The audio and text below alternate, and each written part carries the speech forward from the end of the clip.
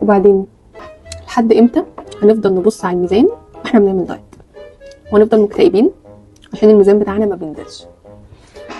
بتيجوا العياده خاسين، شكلكم باين، مقاساتكم متغيره تماما، كل اللي حواليكم بيقولوا لكم انتوا خاسين، بس بنكتئب بقى علشان الميزان مش راضي يتحرك عن رقم معين.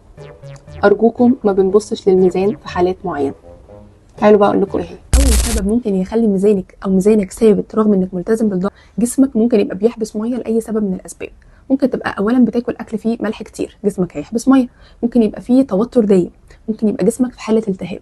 كل الاسباب دي ممكن تخلي جسمك يزيد عن الميزان وتبقى زياده ميه مش زياده دهون، فبالتالي تيجي مكتئب وزعلان. تاني سبب الايام بتاعه البيريود.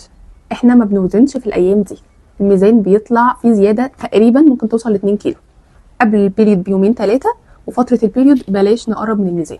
اصح قرايه واصح انبودي ناخده بعد فتره البيريود ب5 ايام، فابعدي عن الميزان في الفتره دي علشان نفسيتك ما تتعبش. ثالث حاجه تغيير مخازن الجلايكوجين. الجلايكوجين ده مخزون الكبد والعضلات. طيب ماله؟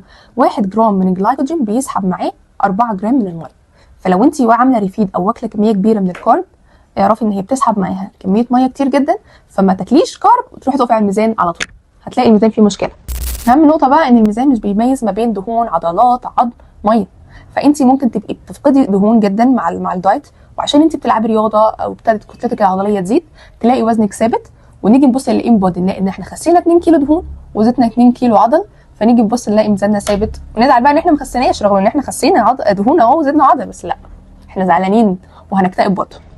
النقطه المهمه اللي بعد كده انك بتوزني في مواعيد غلط. اصح قرايه تغذيه للميزان اول ما بنصحى الصبح بندخل التويليت بنقف على الميزان وبنوزن مره واحده في اليوم، وطبعا مش بنوزن كل يوم، بس بنوزن مره واحده بس خلال اليوم اول ما بنصحى، لان دي اصح قرايه ممكن تاخديها.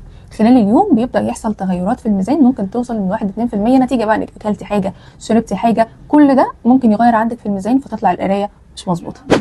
واخر نقطه هقولها لك، بعد التمرين الميزان مش بيبقى دقيق، خصوصا لو كنا بنلعب تمارين مقاومه، بيحصل عندي في العضله حاجه اسمها مايكرو انفلاميشن، بيحصل احتباس كتير في السوائل، فلو وزنتي هتلاقي وزنك زايد، فبعد اذنك ما بنوزنش بعد التمرين. اهم حاجه في الاخر نبقى عارفين ان الميزان مجرد رقم، شكلنا بقى احسن، الانبودي اتحسن كتير، مقاساتنا اتغيرت، بقى عندنا باور، الناس كلها بتقول خسينا، ما نبصش بقى للميزان عشان ما نكتئبش ونضيع الريزلت اللي احنا وصلنا لها. وبس كده.